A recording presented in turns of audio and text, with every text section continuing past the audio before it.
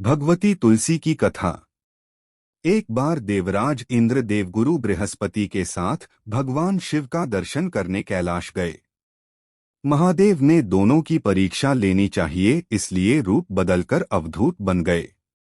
उनके शरीर पर कोई वस्त्र न था। उनका शरीर जलती हुई अग्नि के समान धधक रहा था और अत्यंत भयंकर नजर आते थे। अवधूत दोनों के रास्ते में खड़े हो गए। इंद्र ने एक विचित्र पुरुष को रास्ते में खड़े देखा तो चौंके। इंद्र को देवराज होने का गर्व घेरने लगा। उन्होंने उस भयंकर पुरुष से पूछा, तुम कौन हो? भगवान शिव अभी कैलाश पर विराज रहे हैं या कहीं भ्रमण पर हैं? मैं उनके दर्शन के लिए आया हूं। इंद्र ने कई प्रश्न किए, लेकिन वह पुरुष योगियों के समान मौन ही रहे। इंद्र को लगा कि एक साधारण प्राणी उनका अपमान कर रहा है। उनके मन में देवराज होने का अहंकार उपजा, जो क्रोध में बदल गया। इंद्र ने कहा, मेरे बार बार अनुरोध पर भी तू कुछ नहीं बोलकर मेरा अपमान कर रहा है। मैं तुझे अभी दंड देता हूं। ऐसा कहकर इंद्र ने वज्र उठा लिया। भगवान शिव ने वज्र को उसी समय स्तंभित यानी जड़ कर दिया। इंद्र की बाह अकड़ गई। भगवान अवधूत क्रोध से लाल हो गए। बृहस्पति उनके चेहरे पर आई क्रोध की ज्वाला को देखकर समझ गए कि ऐसा प्रचंड स्वरूप महादेव के अतिरिक्त किसी का नहीं हो सकता। बृहस्पति शिवस्तुति गाने लगे। उन्होंने इंद्र को भी महादेव के चरणों में लेटा दिया और बोले, प्रभु इंद्र आपके चरणों में पड़े हैं, आपके शरणागत हैं। आपके ललाट से प्रकट अग्नि इन्हें जलाने को बढ़ रही है। हम शरणागतों की रक्षा करें। बृहस्पति ने विनती की, प्रभु भक्तों पर आपकी सदा कृपा बरसती है। आप भक्त वत्सल और सर्वसमर्थ हैं।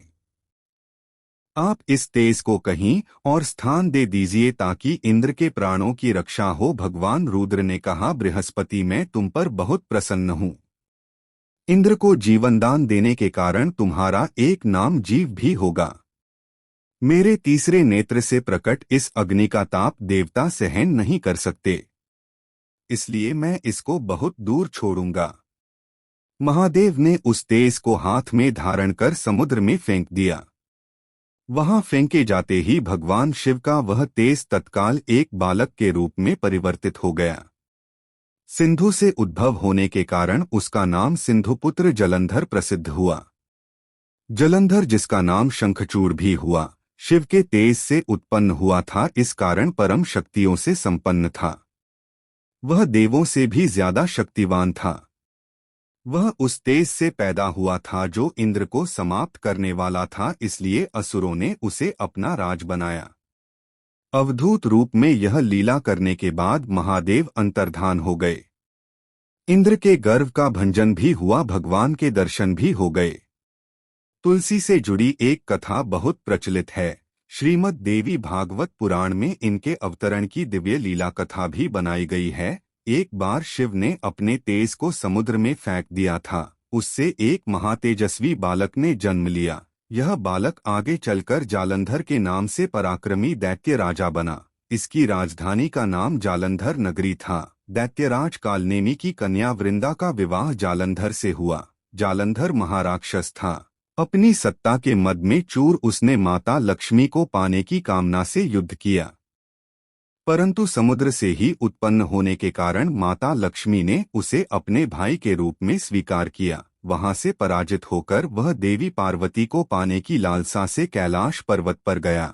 भगवान देवाधिदेव शिव का ही रूप धर कर माता पार्वती के समीप गया, परंतु मां ने अपने योग बल से उसे तुरंत पहचान लिया तथा वहां से अंतर्ध्यान हो गई। देवी पार्वती ने क्रुद्ध होकर सारा वृतांत भगवान विष्णु को सुनाया।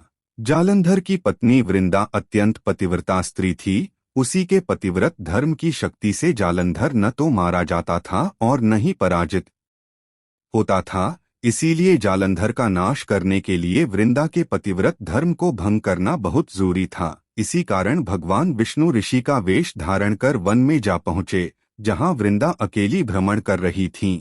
भगवान के साथ दो मायावी राक्षस भी थे। जिन्हें देखकर वृंदा भयभीत हो गई। ऋषि ने वृंदा के सामने पल में दोनों को भस्म कर दिया। उनकी शक्ति देखकर वृंदा ने कैलाश पर्वत पर महादेव के साथ युद्ध कर रहे अपने पति जालंधर के बारे में पूछा। ऋषि ने अपने माया जाल से 2 वानर प्रकट किए। एक वानर के हाथ में जालंधर का सिर था तथा दूसरे के हाथ में धड़। अपने पति की यह दशा देखकर वृंदा मूर्छित होकर गिर पड़ी। होश में आने पर उन्होंने ऋषि रूपी भगवान से विनती की कि वह उसके पति को जीवित करें। भगवान ने अपनी माया से पुनः जालंधर का सिर धड़ से जोड़ दिया, परंतु स्वयं भी वह उसी शरीर में प्रवेश कर गए। वृंदा को इस छल का जरा आभास न हुआ। जालंधर बने भगवान के साथ वृंदा पतिव्रता का व्यवहार करने लगी, जिससे उसका सतीत्व भंग हो गया। ऐसा होते ही वृंदा का पति जालंधर युद्ध में हार गया। इस सारी लीला का जब वंदा को पता चला तो उसने क्रुद्ध होकर भगवान विष्णु को शिला होने का श्राप दे दिया तथा स्वयं सती हो गई। जहाँ वृंदा भस्म हुई वहाँ तुलसी का पौधा उगा। भगवान विष्णु ने वृंदा से कहा, हे वृंदा, तुम अपने सतीत्व के कारण मुझे लक्ष्मी से भी अधिक प्रिय हो गई हो। अब तुम तुलसी के रूप में सदा मेरे साथ रहोगी। जो मनुष्य भी मेरे शालिग्राम रूप के साथ तुलसी का विवाह करेगा उसे इस लोक और परलोक में विपुल यश प्राप्त होगा। जिस घर में तुलसी होती है वहाँ यम के दूत भी अस्मय नहीं जा सकते। गंगा व नर्मदा के जल में स्नान तथा तुलसी का पूजन बराबर माना जाता है। चाहे मनुष्य कितना भी पापी क्यों न हो, मृत्यु के समय जिसके प्राण मंजरी रहित तुलसी और गंगा जल मुख में रखकर निकल जाते हैं, वह पापों से मुक्त होकर वैकुंठ धाम को प्राप्त होता है। जो मनुष्य तुलसी व आंवलों की छाया में अपने पितरों का श्राद्ध करता है, उसके पितर मोक्ष को प्राप्त हो जाते हैं। उसी दैत्य जालंधर की यह भूमि जलंधर नाम से विख्यात है। सती वृंदा का मंदिर मोहल्ला कोट किशनचंद में स्थित है। कहते हैं इस स्थान पर एक प्राचीन गुफा थी जो सीधी हरिद्वार तक जाती थी।